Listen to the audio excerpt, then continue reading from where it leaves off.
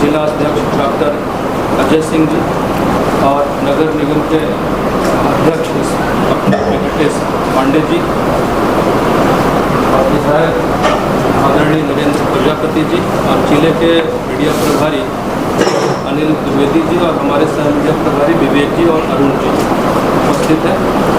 आज मुख्य रूप से इस पत्रकार वार्ता में हमारा केंद्रीय बजट 2024-25 और संगठनात्मक जो घर घर तिरंगा अभियान इस विषय को लेकर के पत्रकार वार्ता आयोजित की गई है। मैं माननीय मुख्यमंत्री जी से आग्रह करूँगा कि पत्रकार वार्ता को संबोधित करें। सभी को नमस्कार। आज हम लोग केंद्रीय बजट में मध्य प्रदेश के लिए जो ऐतिहासिक रूप से प्रावधान मोदी जी की सरकार ने किया है उसकी चर्चा करने के लिए यहाँ पर आप सबको आमंत्रित किया गया है। पिछले वर्ष के मुकाबले इस बार केंद्रीय बजट में मध्य प्रदेश के लिए 98,000 करोड़ का प्रावधान किया गया है, जो पिछले बार के बजट से 11,205 करोड़ रुपए अधिक है, जो इस प्रतिबद्धता को दर्शाता है कि मध्य प्रदेश के विकास के लिए मोदी जी की सरकार, केंद्र की सरकार कितनी गंभीर है। चाहे केन बेतवा नदी के जोड़ने के लिए 60,000 करोड़ से ज़्यादा की योजना हो, चाहे पार्वती काली सिंध नदी को जोड़ने के लिए हज़ारों करोड़ की योजना को ज़मीन पर उतारने का सवाल हो, चाहे रेलवे लाइनों के विस्तार की बात हो, चाहे लगभग 29,710 करोड़ रुपए के लिए 5 रिंग रोड एक्सप्रेस हाईवे, चाहे विंध्य एक्सप्रेसवे, मालवा एक्सप्रेसवे, अटल एक्सप्रेसवे, तमाम तरह के जो विकास के काम जो किसी भी प्रदेश की आर्थिक तरक्की के लिए मील का पत्थर होते हैं, उसके लिए पर्याप्त प्रावधान मध्य प्रदेश के सुनहरे भविष्य की ओर ले जाने के लिए ज़रूरी था। उन सभी का प्रावधान केंद्र बजट में किया गया है। हम सब लंबे समय से सुनते चले आ रहे हैं कि देश की इकोनॉमी को मोदी जी 5 ट्रिलियन इकोनॉमी बनाने का लक्ष्य लेके काम कर रहे हैं। 5 ट्रिलियन इकोनॉमी मतलब लगभग 425 लाख करोड़ रुपया। इस बार का जो बजट है वो 265 लाख करोड़ रुपए का है। इसका मतलब ये है कि हम उस दिशा की ओर आगे बढ़ रहे हैं जिस आर्थिक महाशक्ति को बनाने की बात मोदी जी कर रहे हैं। ये 98,000 करोड़ का प्रावधान क्या महत्व हमको तब समझ में आता है जब हम सिंहावलोकन करते हैं। 2009-10 के कांग्रेस और यूपीए सरकार ने मध्य प्रदेश के लिए बजट का प्रावधान 11,077 करोड़ रुपए रखा था, 11,077 करोड़।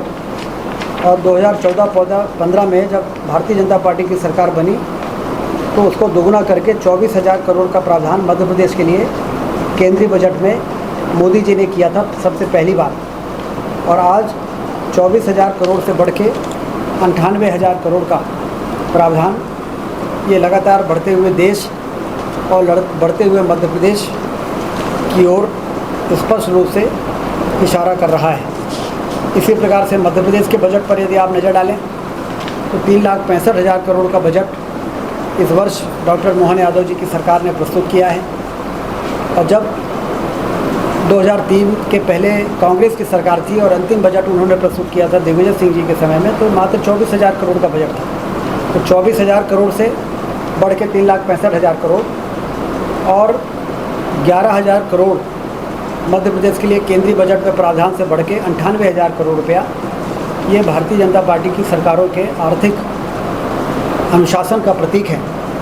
यदि सरकार अपने आमदनी पर ध्यान दे और अपने खर्चों पर नियंत्रण करे और आर्थिक गतिविधियों को बढ़ाने वाली योजनाओं को ज़मीन पर उतारने का काम करे तो आर्थिक गतिविधियाँ बढ़ती है, उससे रेवेन्यू बढ़ता है, उससे सरकार के खजाने में पैसा आता है, उससे विकास के काम तेज़ गति से करने के लिए उनके पास पर्याप्त धनराशि होती है। इन सब चीज़ों को ध्यान में रखते हुए सुशासन की स्थापना भारतीय जनता पार्टी की सरकारों के दौरान हुई है और इसीलिए हम दावा करते हैं कि आने वाले दिनों में 5 वर्षों के बाद मध्य प्रदेश में हमारा बजट का साइज़ होगा 7 लाख करोड़ रुपया, 3,65,000 से बढ़ के, और आने वाले 5 वर्षों में हमारे देश की इकोनॉमी $5 ट्रिलियन होगी, जो दुनिया की तीसरी सबसे बड़ी इकोनॉमी होगी। और 2047 में जब आज़ादी के 100 वर्ष पूरे होंगे तो ये इकोनॉमी अमेरिका और चाइना को पीछे करके और दुनिया की सबसे बड़ी आर्थिक महाशक्ति भारत बन सकेगा। ये उपलब्धि हम सबको मोदी जी के नेतृत्व में प्राप्त हुई है। इसके साथ हमने जो आपको दिया है उसमें तमाम तरह की रोज़गार सृजन, कौशल प्रशिक्षण, जो रोज़गार देगा उसको भी इंसेंटिव, इस प्रकार से रोज़गार को ध्यान में रखते हुए, बेरोज़गारी को ध्यान में रखते हुए भी ये बजट बहुत सोच समझ के बनाया गया है, जिससे कि आसानी से करोड़ों लोगों का प्रशिक्षण हो, प्रशिक्षण के बाद उनका प्लेसमेंट हो, और जो प्लेसमेंट करने में जो कंपनी सक्रिय होगी उनको भी प्रोत्साहन राशि मिले। इन सब चीज़ों को ध्यान में रखते हुए और इस बजट का निर्माण किया गया है। सबको मुफ्त में बिजली मिल सके, इसके लिए PM सूर्य घर योजना बनाई गई है। 3 किलोवाट तक का सोलर प्लांट जो 1.5 लाख रुपए में आता है, यदि कोई भी मध्यम वर्ग का व्यक्ति 300 किलोवाट जिसका खपत है, यदि वो 3 किलोवाट का प्लांट लगाएगा तो 1.5 लाख रुपए में उसको आधा पैसा ही देना पड़ेगा। आधा केंद्र सरकार और राज्य सरकार जमा करेगी, 75,000 रुपया, और 75,000 रुपये उसको सब्सिडी मिल जाएगी। उससे 300 यूनिट की बिजली उसकी पैदा होगी, और आमतौर पे मध्यम वर्ग में 300 किलोवाट ही बिजली की खपत होती है, और वो नेट मैट्रिक से कनेक्टेड रहेगा। यदि आप 50 यूनिट कम खर्च करते हो तो 50 यूनिट चली जाएगी ग्रिड में, उससे आपको पैसा मिलेगा, और यदि आप 350 यूनिट खर्च करते हो तो 50 यूनिट ग्रिड से आपको मिल जाएगी, उसका आपको बिल देना पड़ेगा। तो इस प्रकार से PM सूर्य घर योजना, इसी प्रकार से PM सूर्य किसान योजना भी बनी है। इसी प्रकार से प्रधानमंत्री आवास में जो पिछले 10 वर्षों में 4 करोड़ मकान बने, इन 5 वर्षों में 3 करोड़ मकान और बनाने का लक्ष्य है। इसका मतलब आप समझ सकते हैं कि कितने व्यापक स्तर पर गरीबों के कच्चे मकान को पक्के मकान में बदलने का एक अभियान इस 5 वर्षों में इस बजट में उसका प्रावधान किया गया है। प्रधानमंत्री अन्न योजना के अंतर्गत पूरे देश में 80 करोड़ लोग, मध्य प्रदेश में 5 करोड़ लोगों को मुफ्त में अनाज देने की योजना 5 वर्ष तक जारी रहेगी। इसके लिए पर्याप्त प्रावधान किया गया है। लखपति दीदियाँ, 3 करोड़ लखपति दीदी बनाने के लिए उनको तमाम तरह की योजनाओं में किस तरह से मदद मिलेगी उसका प्रावधान किया गया है। तो ये बजट कुल मिला के जो मोदी जी कहते हैं कि मेरे नज़र में देश में 4 जातियाँ ही हैं, गरीब, युवा, अन्नदाता यानी किसान और नारी। तो उन्होंने गरीबों के कल्याण की योजना, उन्होंने युवाओं को रोज़गार और प्रशिक्षण और उनको आगे बढ़ने का मौका मिले इसकी योजना, किसानों की योजना, सिंचाई हो, बिजली हो और उनको सब्सिडी हो, और उसके साथ साथ किसान सम्मान निधि और तमाम तरह की मदद करने के लिए पर्याप्त प्रावधान, और नारियों के लिए उनके सशक्तिकरण के लिए पर्याप्त प्रावधान इस बजट में किया गया है। बहुत ही संतुलित बजट देश को विकास की ऊंचाइयों पर ले जाने के लिए और देश को आर्थिक महाशक्ति बनाकर देश की जनता की बुनियादी सुविधाओं के लिए सरकारों के खजाने में धन की कमी आड़े ना आए, इन सब चीज़ों को ध्यान में रखते हुए बजट प्रस्तुत हुआ है। तो ये केंद्रीय बजट में मध्य प्रदेश के लिए प्रावधान के संबंध में मैंने आपसे चर्चा की है। इसके अलावा तिरंगा 15 अगस्त को हम स्वतंत्रता दिवस मनाने जा रहे हैं। इसके लिए 11 अगस्त से लेकर 14 अगस्त तक रैलियां निकलेगी। तिरंगा यात्रा के माध्यम से लोगों को जागरूक करेंगे कि अपने घरों में झंडे लगाएं, तिरंगा लहराएं, जो हमारे आन बान और शान का प्रतीक है, और बढ़ते हुए भारत के प्रति हम अपने को सहभागी बनाएं। और 12, 13, 14 को झंडा लगाने का अभियान चलेगा, जिसमें हम सारे लोग मिलके न सिर्फ हमारे कार्यकर्ता बल्कि आप सब लोग का सहयोग लेके और लोगों को प्रेरित करेंगे कि अपने घर के छत पर वो तिरंगा लहराएं, जिससे 15 अगस्त को जब आज़ादी का पर्व हम मनाएं तो देश के सभी घरों में तिरंगा लहराता हुआ दिखाई दे, जिससे कि देश के प्रति देश को स्वतंत्र कराने के लिए जिन लोगों ने अपनी प्राणों की आहुति दी और हम सबको लगभग सैकड़ों वर्ष की गुलामी के बाद देश को स्वतंत्र किए हुए ज़्यादा समय कहाँ हुए, 75 साल हुए हैं, लेकिन गुलामी तो हमारी 700-800 साल से लंबी रही है। उस पुराने दिनों को हमें ज़रूर याद रखना है कि बहुत लंबे संघर्ष के बाद, बहुत दिनों के बाद 700 मुग़ल और यदि अंग्रेज़ों का शासन हम जोड़ लें तो बहुत लंबा समय है और आज़ादी का तो बहुत कम समय है, लेकिन हम लोग को कभी कभी लगता है कि हम बहुत दिनों कभी गुलामी नहीं रहे हैं और इससे हम ऐसी हरकतें करते थे आपस में एक दूसरे के टाँग खिंचाने में कि देश को कमज़ोर करने की भी स्थिति यदि बने तो हम कहीं न कहीं देश के अंदर हमें फिर से वही भावना लोगों के मन में पैदा हो सके। इसके लिए आज़ादी के जश्न को घर घर में तिरंगा लहरा के आम आदमी मनाए। इसके लिए भारतीय जनता पार्टी राष्ट्रीय स्तर से लेकर प्रदेश और जिले स्तर से लेकर मंडल स्तर तक इसमें सक्रिय भूमिका निभाने वाली है। पूरी इस मामले में किसी भी देश में इस प्रकार की स्थिति पैदा होती है वो लोकतंत्र के लिए अच्छा नहीं होता है, तो जल्दी से जल्दी वहाँ पर शांति बहाल हो और स्थायित्व आए, ऐसी हम लोग शुभकामना दे सकते हैं। दरअसल हिंदू जो अल्पसंख्यक हिंदू उनको ज़्यादा ये बड़ी दुर्भाग्यपूर्ण स्थिति है और इसमें जितना जो कुछ भी रणनीतिक रूप से किया जा सकता है वो हमारे प्रधानमंत्री, गृह मंत्री, विदेश मंत्री उसमें बहुत नज़र रखे हुए हैं और हम सभी उम्मीद करते हैं कि वहाँ स्थिति जल्दी नॉर्मलाइज होगी।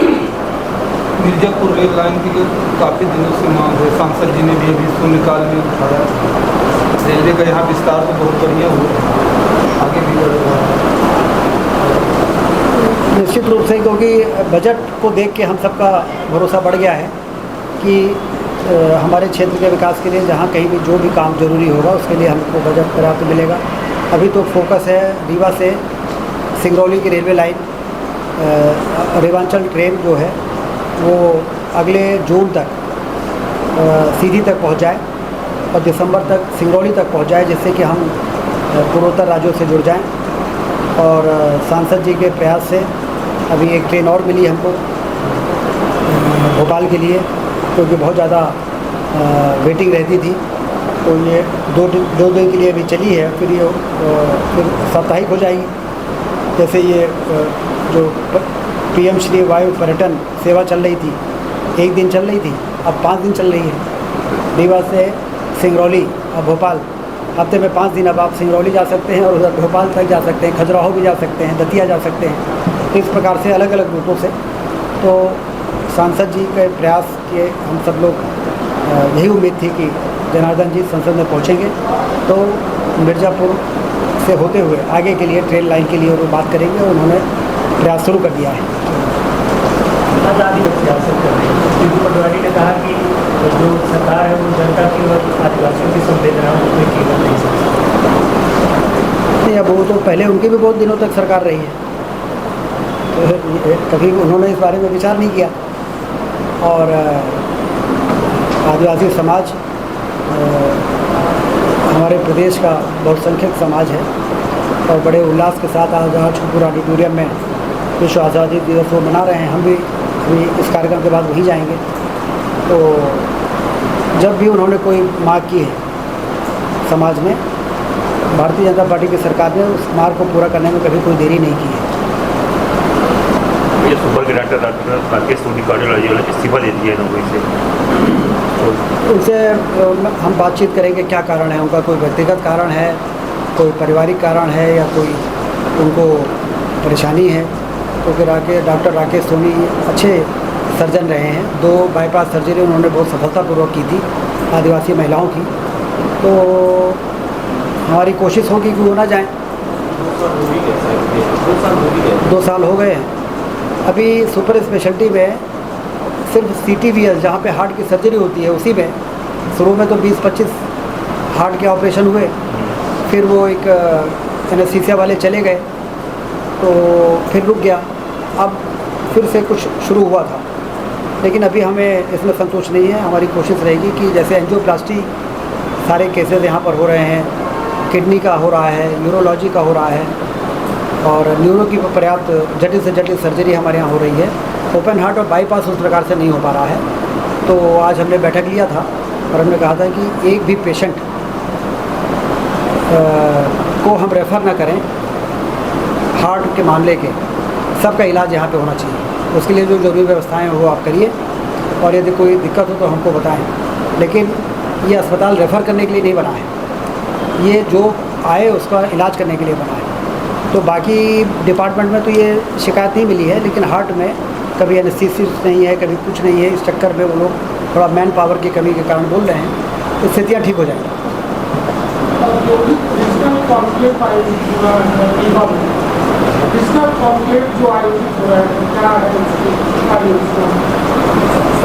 मुख्यमंत्री जी ने ये निर्णय लिया कि हमारे जो क्षेत्रीय मुख्यालय हैं, जैसे उज्जैन है, जबलपुर है, ग्वालियर है, रीवा है, यहाँ पर हम क्षेत्र वाइज रीजनल इंडस्ट्री कॉन्क्लेव आयोजित करें, जैसे कि वहाँ पर निवेशक आएँ और उस क्षेत्र में किस चीज़ की संभावना है वहाँ पर उसकी चर्चा हो। और जब चर्चा होगी तो उनको समझ में आएगा यहाँ पे ज़मीन है, यहाँ पर बिजली है, यहाँ पर पानी है, यहाँ पर रॉ मटेरियल है, यहाँ पर मार्केट है। तो सिर्फ भोपाल और इंदौर में यदि इंडस्ट्री लगेगी, मंडीदीप में और पीथमपुर में, तो पूरे मध्य प्रदेश में इंडस्ट्रियलाइजेशन हो गया हम नहीं दावा कर पाएंगे। लेकिन भोपाल में भी लगे तो जबलपुर में भी लगे, रीवा में भी लगे। इस दृष्टि से विकेंद्रीकृत कॉन्क्लेव के आयोजन का जो निर्णय है वो बहुत ही अच्छा निर्णय है। और इसके अच्छे समय आने वाले समय में, जैसे रीवा में फूड पार्क आना चाहिए, IT पार्क आना चाहिए, रीवा में भी आना चाहिए। हवाई अड्डा रीवा में उद्घाटित होने वाला है इस महीने के अंतिम सप्ताह में। तो अब रीवा तैयार हो चुका है। सीमेंट और बिजली घर के अलावा अन्य प्रकार के सेक्टर के निवेशक, फार्मास्यूटिकल की इंडस्ट्री यहाँ पर आ जाए, कपड़ा बनाने की इंडस्ट्री यहाँ पर आ जाए। इस दिशा में इसी प्रकार के प्रयास किए जाते हैं कि हम लोगों को बुलाएं और उनको बताएं कि यहाँ पर पर्याप्त ज़मीन है और सारी सुविधाएं हैं, आप यहाँ पर आइए और इंडस्ट्री लगाइए। आज एक और अच्छी शुरुआत हुई है स्वास्थ्य के क्षेत्र में। सोनोग्राफी जो गर्भवती माताओं के लिए 5 महीने के बाद होना अति आवश्यक है। तो ग्रामीण क्षेत्रों के ब्लॉक लेवल के जो अस्पताल हैं, जिला अस्पतालों में, या तो कभी कभी सोनोग्राफी वो रेडियोलॉजिस्ट नहीं होते, गायनेकोलॉजिस्ट नहीं होते गांव में, तो वहाँ की महिलाएं सोनोग्राफी नहीं करा पाती। फिर अचानक जब डिलीवरी के समय में जिला अस्पताल भाग के आए, संजय गांधी में आए, तब तक में कॉम्प्लिकेटेड हो जाता है, मातृ मृत्यु दर बढ़ जाती है। तो आज प्रधानमंत्री मातृत्व स्वास्थ्य अभियान का दिवस है, 9 तारीख और 25 तारीख। तो 9 और 25 को हम लोग सरकार ने मुफ्त में जो प्राइवेट सोनोग्राफी वाले सेंटर हैं उनको संबद्ध करते हुए और जिला अस्पताल में जो दिखाने आएगा या ब्लॉक में उनको पर्ची देंगे और उनको वाउचर मिलेगा। वो वाउचर उन प्राइवेट सोनोग्राफी वाले सेंटर में जाएंगे तो वाउचर दिखाएंगे तो उनका सोनोग्राफी हो जाएगा और वाउचर से उनका तुरंत पेमेंट हो जाएगा। तो आम महिला सरकारी में भी और प्राइवेट में भी सोनोग्राफी कराने के लिए अब पूरी तरह से सक्षम रहेगी। तो इसकी लॉन्चिंग आज रीवा से हुई है। पूरे मध्य प्रदेश के ज़िले के CMHO और DPM जो NHM के होते जुड़े थे और यहाँ से केंद्रीकृत व्यवस्था वर्चुअली एक साथ उसकी लॉन्चिंग हुई है। और पूरे मध्य प्रदेश में 342 सेंटर आज रजिस्टर्ड हो गए हैं शासन के साथ और लगातार संख्या बढ़ती जाएगी और एक बड़ी सुविधा महिलाओं को प्राप्त होगी। सेलेक्टेड सोनोग्राफी सेंटर रहेंगे कि सभी सोनोग्राफी सेंटर? उनसे सहमति ली जाएगी। जैसे मान लीजिए आप सोनोग्राफी मशीन सेंटर चलाते हैं तो अब आपसे ज़बरदस्ती तो नहीं करा सकते, आपको बुलाएंगे, बात करेंगे और आप जब सहमत हो जाएंगे तो फिर आपके यहाँ भेजेंगे। एक दिक्कत है बच्चों की पैरामेडिकल से, परीक्षा हो जाती दिसंबर में, रिजल्ट नहीं आता। परेशानियों को देखते हुए अब हम सरकार ने निर्णय किया है कि मेडिकल यूनिवर्सिटी जो जबलपुर की है वो सिर्फ मेडिकल कॉलेज की परीक्षा संचालित करेगी। नर्सिंग और पैरामेडिकल अब स्थानीय स्तर पर विश्वविद्यालयों से संबद्ध कर दिए जाएंगे, वापस कर दिए जाएंगे। तो इन लोगों को परीक्षा कराना और परिणाम देना इनका लंबा अनुभव रहा है, और नए यूनिवर्सिटी में ये सब चीज़ें एक साथ इतने सारे सेंटर जुड़ गए, इसके कारण ये परेशानियाँ जो आती थी अब आने वाले दिनों में नहीं होगी। और हम बात करेंगे कि ये कब ये हो रहा है। दिसंबर में परीक्षा हुई और अभी रिजल्ट नहीं आया है, तो अच्छा फिर मेडिकल में भर्तियाँ होंगी तो परेशान रहते कि हमारे तो रिजल्ट ही नहीं आया। जैसे चलता रहता है कि मेडिकल में भर्ती होंगी तो सब परेशान है कि रिजल्ट नहीं आया, तो हम परसों के कैबिनेट में हमारा जो पॉलिटेक्निक था वो 2 ही ब्रांच थे उसमें, इलेक्ट्रॉनिक कंप्यूटर वाला और दूसरा हार्डवेयर, लेकिन सिविल और मैकेनिकल की बहुत पुरानी डिमांड थी, तो सिविल और मैकेनिकल की भी मंजूरी हम मध्य प्रदेश की कैबिनेट ने दे दिया है, और उसमें जो पर्याप्त अमला है अब वो स्वीकृत हो गया है। तो सिविल और मैकेनिकल के बच्चों की काउंसलिंग भी हो जाएगी और अब 4 ब्रांच वहाँ चलेंगे। इसको बीपीटी कोर्स भी मेडिकल में शिफ्ट होगा, प्रस्ताव तो गया है। हाँ, उसका अभी निर्णय होना है। ठीक है, मेडिकल कॉलेज खुलने वाले हैं, उनका क्या रहेगा, कैसा रहेगा? वो उनके प्री बिड मीटिंग हो रही है विरोधाभास को समाप्त करने के लिए। जब इस प्रकार के कोई टेंडर होते हैं ना, तो बाद में फिर एक बैठक होती है, जैसे हम लोग बैठे हैं, इधर बैठेंगे शासन के लोग और उधर बैठेंगे निवेशक, उनकी चर्चा होगी तो विरोधाभास दूर हो जाएगा। बहुत बहुत धन्यवाद। का अपना संतान के सुख से वंचित है, अब बहिने संपर्क करी विंध्य क्षेत्र के विख्यात पहिल टेस्ट ट्यूब बेबी सेंटर से। महिला से संबंधित कोनो गंभीर समस्या के खातिर संपर्क करी प्रतिदिन पुराना तीर्थ मेमोरियल अस्पताल कुटेही रीवा। संपर्क कर सके थे 8821000416 पर या 0766235245 पर। डॉक्टर बीना मिश्रा स्त्री रोग एवं बाचपन विशेषज्ञ से प्रथम IVF क्लिनिक, IVF मौच तकनीकी, लेजर हैचिंग के उपयोग,